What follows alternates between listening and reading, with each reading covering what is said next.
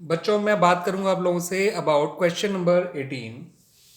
काफ़ी हद तक क्वेश्चन नंबर 17 जैसा ही है हमारा ये क्वेश्चन नंबर 18। क्वेश्चन कुछ इस तरह से है, subscription receive during the year ending 31 March 2021 are for the year ending 31 March 20 1600 रुपये, for the year ending 31 March 2021 84,400 and for the year ending 31 March 2022 ₹3200। तो आपको अगले 3 साल के लिए जो है मतलब 3 साल नॉट अगले 3 साल 3 साल का सब्सक्रिप्शन मिला है। पिछले साल का मिला 1600, इस साल का मिला 84,400, अगले साल का मिला 2,200, टोटल मिला 89,200। तो जितना टोटल मिला उसे बाय बैंक में लिख दीजिए 89,200। क्लियर बच्चों? अब जो है जितना पिछले साल का मिला उसे आउटस्टैंडिंग बिगनिंग मान के यहाँ लिख दीजिए, जितना अगले साल का मिला उसे एडवांस एंड मान के यहाँ लिख दीजिए, जितना इस साल का मिला उसे इग्नोर करिएगा क्योंकि ना ही वो आउटस्टैंडिंग है ना ही वो एडवांस है। अब नीचे की इंफॉर्मेशन पे आ जाते हैं। There are 450 members and each paying ₹200 as subscription. फिर से आपको नंबर ऑफ मेंबर्स बता रखे हैं और हर मेंबर ₹200 पे करता है, तो इनकम आपको फिर से पता चल गई टोटल 90,000। ठीक है बच्चों? नीचे एक और इंफॉर्मेशन लिखी है, आपसे कहा गया कि ₹1800 were in arrears for the year ending 31 March 2020। हमने तो 1600 को ही मान लिया था जितना मिला, लेकिन नीचे पढ़ने से पता चला कि पिछले साल का आउटस्टैंडिंग 1600 रुपये नहीं बल्कि 1800 रुपये है। तो मेक इट 1800, यानी पिछले साल के 200 अब भी बाकी हैं, ध्यान रखिएगा।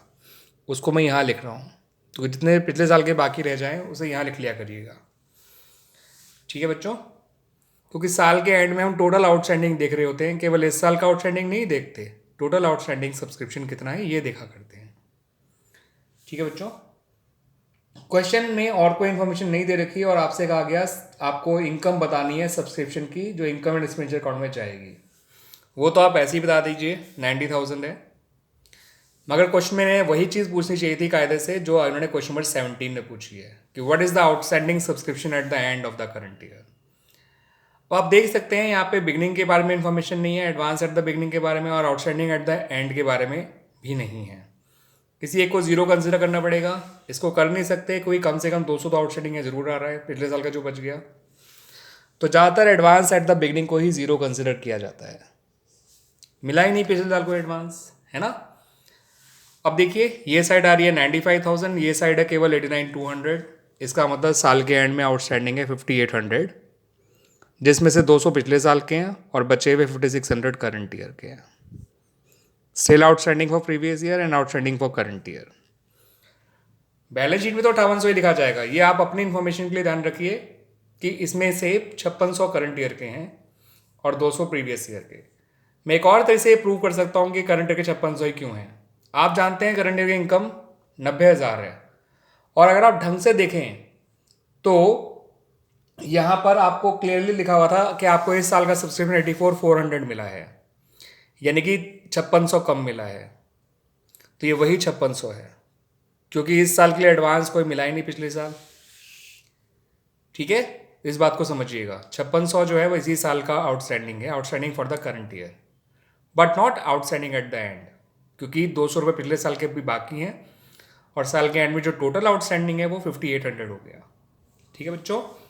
ओपनिंग की एसेट में, क्लोजिंग की एसेट में, इनकम में, क्लोजिंग की लायबिलिटी में, ओपनिंग की लायबिलिटी फिलहाल कुछ जाएगा ही नहीं क्योंकि advance subscription at the beginning है ही नहीं। ठीक है बच्चों?